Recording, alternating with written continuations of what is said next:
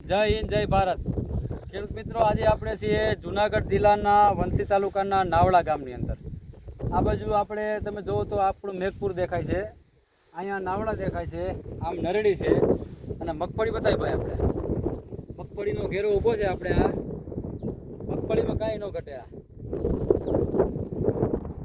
આ મગફળી છે 85 વીઘાની મગફળી છે. કેટલી? 80 ને 5 85 વીઘાની જીવીસ મગફળી છે. બરોબર છે.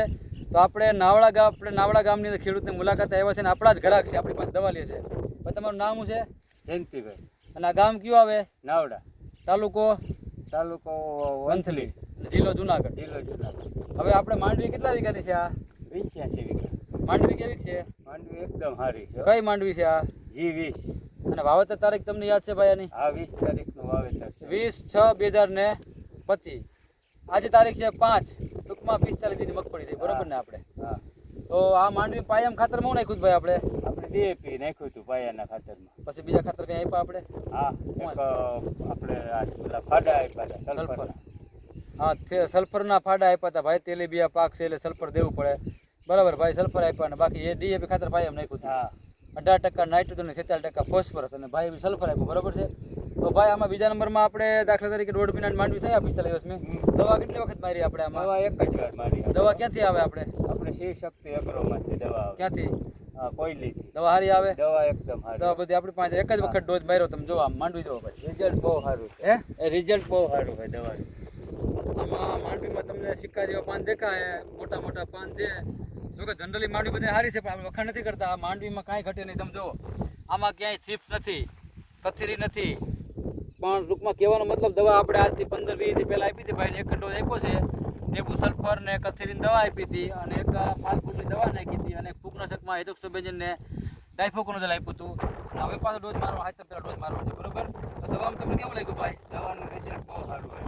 એમ? હા. આ 85 વીઘામાં કેટલા પંપ કર્યા હતા આપણે આમાં? આપણે 120 પંપ કર્યા હતા. 120. આપણે વધારે પંપ કરવા ને? હા, 150 પંપ થઈ જાય ને? તો આ ભાઈ જયંતિભાઈ છે, એને ખરેખર દવાથી સંતોષ. તમે જો આ માંડવીમાં હવે વખાણ કરવું નકામું, ખેડૂત કે સાચું. 85 વીઘા છે એટલે 150 પંપ કરે. કેટલા? અને આ ભાઈની બીજી વાડી આપણે 100 વીઘાની મગફળી છે, ત્યાં આપણી દવા થાય છે. બરોબર? દવામાં કાંઈ ન ઘટે. ભગવાનની ખૂબ કૃપા. જો માંડવી ખૂબ સારી છે, અને આ રીતની માંડવી છે અમારી. એક વખત ડોઝ માર્યો છે, ડોઝની તૈયારી પાછી કરીએ છીએ. જો આમ સિક્કા જેવો. તો બીજું તમારે જયંતિભાઈ કહેવાનું છે ખેડૂતને આપણે કાંઈ? બીજું તો દવાનું રિઝલ્ટ સારું છે. બીજું તો આપણે કહેવાનું શું હોય? સંતોષ ને તમને? એકલા સંતોષ આપણે દવાથી થાય ખેડૂતને, બીજું શું થાય? બસ આ ભાઈ મહેનતું છે, રેગ્યુલર છે. વ્યવસ્થિત હાથી બધી હાકી નાખ્યા, નીતિ નાખ્યું છે. ખેતર જો ટકાટક ચોખ્ખું રાખ્યું છે. આ ખરેખર બહુ સારું કહેવાય. 85 વીઘા ખેતર આ ખડધાવી પડવું, એક તો પાણીનો માર અને એલી સાથે આ ખેતર આખું બેરાઈ જાય. આ ભાઈએ મહેનત કરીને ખેતરમાં જો ક્યાંય તમને ખડું થોટું જોવા ન મળે. તમને 85 વીઘા ખેતર ચોખ્ખું રાખ્યું છે. ખરેખર ધન્યવાદ ભાઈને દેવો છે આપણે. કારણ કે એકલા ભાઈ છે, એકલા મહેનત કરતા હોય, ટ્રેક્ટર આ છે તે છે, ઘરના વ્યવહારિક કામ હોય, અને 85 વીઘા જમીન હાચવીને બહુ અઘરું છે. ભાઈએ પણ બહુ નંબર 1 જમીન રાખી. તમે જોવા.